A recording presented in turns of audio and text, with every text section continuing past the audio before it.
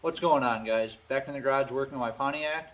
Today will be my part 2 of my intercooler install. If you haven't seen part 1, I totally recommend you watch that. I'll leave the link in the description. Today we're going to finish up the fuel rail. We have the billet style, and we're having problems with it interfering and touching the EGR.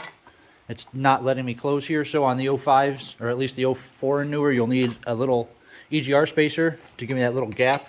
So we need to install that today. We also got some new belts, the stock belt for the accessories, and then the extra long belt for the supercharger now that the core is there. And we also got a T-filler for the intercooler setup here. It'll let me mount a spot here so I can actually fill the system. We also, this week, I went and got this heater hose, a 3/4 inch heater hose from Home Depot to replace the hose that came with it. I'm going to keep the hose. I might still need it. I'm not sure. This was rated at 200 degrees, and it's the same size, so we'll see. I think the clear will just look nicer underneath the hood, and it'll let me see the flow of the fluid, plus if there's any air in the system. So, yeah, that's a good benefit.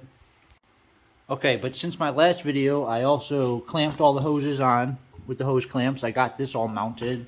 I was able to drill out this little fin back here and get that third bolt there. I know I didn't show that in my last video, so that's all finished. So this, yeah, this is solid, like I said. And all these hoses now holding it should hold it pretty good. I also securely mounted the pump, and I got the wires plugged in. I need to still wire it in. Yeah, I was able to use that horn mount, and I was able to tighten it down. I took the old horn and I just, yeah, zip tied it back here. I threw another extra zip tie on the front, but this thing's pretty solid, like I said, as well as the front exchanger. The hose clamps now should hold it pretty tight, so I shouldn't have any problems. And yeah, the hoses should route right up there. And there's really no kinks or anything, so it should go pretty smooth. I also have tested it. I threw the bumper back on just real quick, and the fog light was a little bit lower, so yeah, this shouldn't interfere with anything. Once I get everything installed, I'm just going to leave the hoses here until I get the engine installed, and then I'll figure out where to put this. And yeah, I'll use this as a good vent so I can get the air out of the heat exchanger while I'm priming the system, and then be able to just throw this cap on and plug it and maybe fill it, or actually see if there's any air that needs to be bled in the future. But yeah, so today though, we're going to go ahead and install the spacer on this EGR. Okay, so this is the, oh, let me turn the light on. Okay, so this is the EGR spacer. We need to take off these two bolts on the EGR, these two 13mm bolts here and here. We're going to pull this off a little bit. I'm probably also going to remove this just because it's kind of loose anyway already, and we're not. It's pretty easy. And be able to just hopefully shimmy this out of the way just enough to just slide this down in there. Put these two bolts in there, and that should give me the clearance to finish this fuel rail. So yeah, let's get started.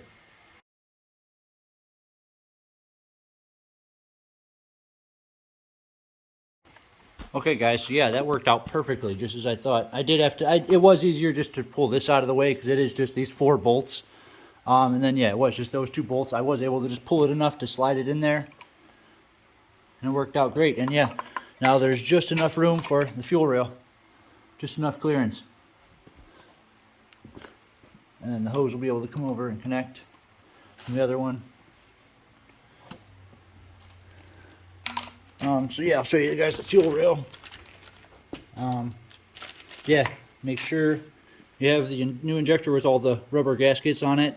Obviously this is the top, and you want to slide it in just enough so this you can get this metal clip into this little gap here.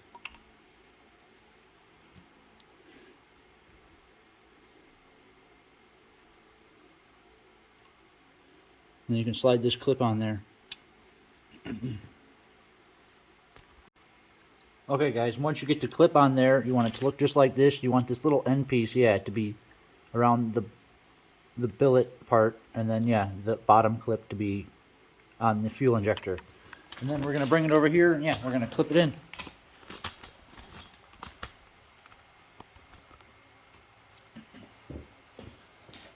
So you just want to set where the 3 injector holes are, and then these 2 studs go here and here.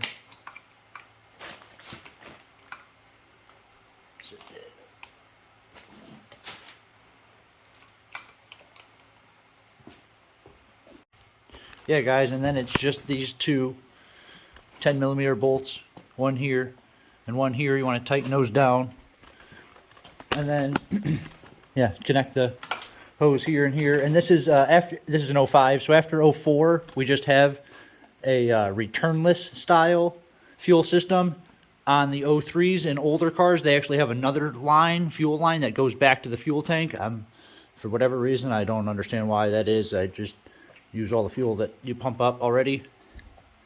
And then this little piece plugs in, has just a little pressure screw fit right to the end of this T.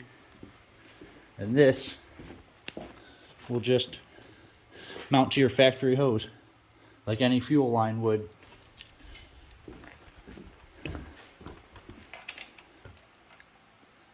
To remove it, obviously you use one of these fuel tools, again, fuel line removers, and you would slide it around here on the end.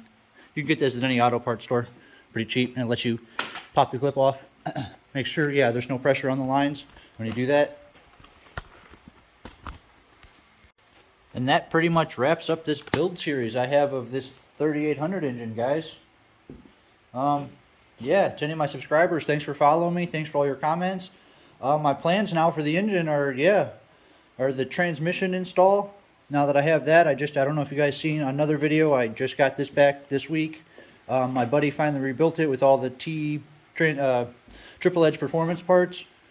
And he has a dyno at his shop, so he's able to throw it on a dyno and make sure, yeah, it ran really smooth. He painted it. We also got the oil pan on the bottom from ZZ Performance. It's hard to see with the drain plug. So my next video will probably be, if you guys are still interested in watching, my next video will probably be me bolting it to the engine here.